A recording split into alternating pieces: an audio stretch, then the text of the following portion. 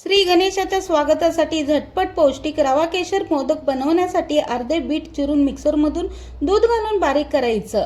पॅनमध्ये 3 चमचे तुपात ड्रायफ्रूट तळून घ्यायचं। एका प्लेटमध्ये ते काढून घ्यायचं। त्याच तुपात 150 ग्रॅम बारीक रवा सोनेरी भाजायचा। नंतर 250 ml दुधासोबत बीट बारीक केलेलं ते घालायचं। एव्हरेस्टचे केशर घालायचं। 10-12 काड्या दुधातच त्या घालायच्या। बारीक गॅसवर चांगले शिजवायचं। नंतर 60 ग्रॅम साखर घालून अर्धा चमचा वेलची पूड घालून तळलेले ड्रायफ्रूट घालून हलवायचं। गॅस बंद करून एका प्लेटमध्ये काढायचं। मिश्रण कोमट असतानाच हाताने एकसारखं करायचं।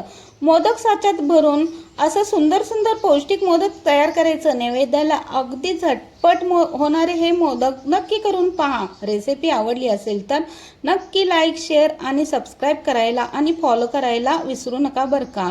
या गणपतीच्या सीझनमध्ये नक्की करून पहा।